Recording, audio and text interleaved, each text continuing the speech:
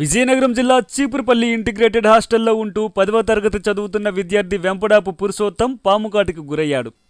ఈరోజు ఉదయం పళ్ళు తోముకోవడానికి బయటకు వెళ్లిన పురుషోత్తంను పాము కాటేసింది. దీంతో హుటాహుటిన చీపురుపల్లి ప్రభుత్వ ఆసుపత్రికి తరలించారు హాస్టల్ వార్డెన్. అయితే హాస్టల్లో కనీస వసతులు లేకపోవడంతో ఉన్న బాత్రూములు కూడా కనీస పారిశుద్ధ్యానికి నోచుకోకపోవడంతో కాలకృత్యాలకు విద్యార్థులు బయటకు వెళ్లవలసిన పరిస్థితి వచ్చింది.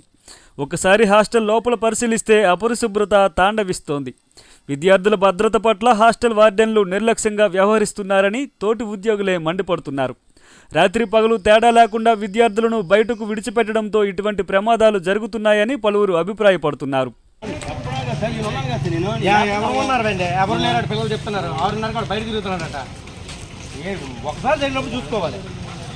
హాస్టల్ వార్డెన్ తెల్ల మధ్యాహ్నం సార్ డ్యూటీ సార్ చేస్తారు. తెల్లారి వచ్చేసి మాకు 9 వరకు చూసి మళ్ళీ 4:30 కల్లా వచ్చేస్తారు. నైట్ వాచ్మెన్ ఉంటుంది.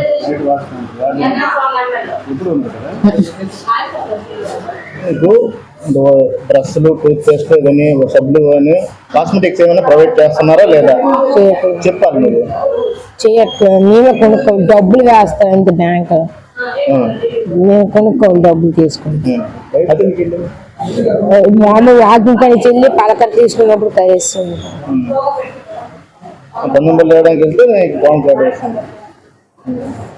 6 గంటలకి బయటకు వచ్చేటప్పుడు వార్డెన్ ఉన్నారా? వార్డెన్ సార్ లోపల ఉన్నారు. నేను మామూలుగా ఇది అలా వార్డెన్ చేసుకుని వద్దాం పలకర తీసుకుంటే కలిసింది. తర్వాత సార్ చెప్తే అంతే వెంటనే బైక్ మీద తీసుకుని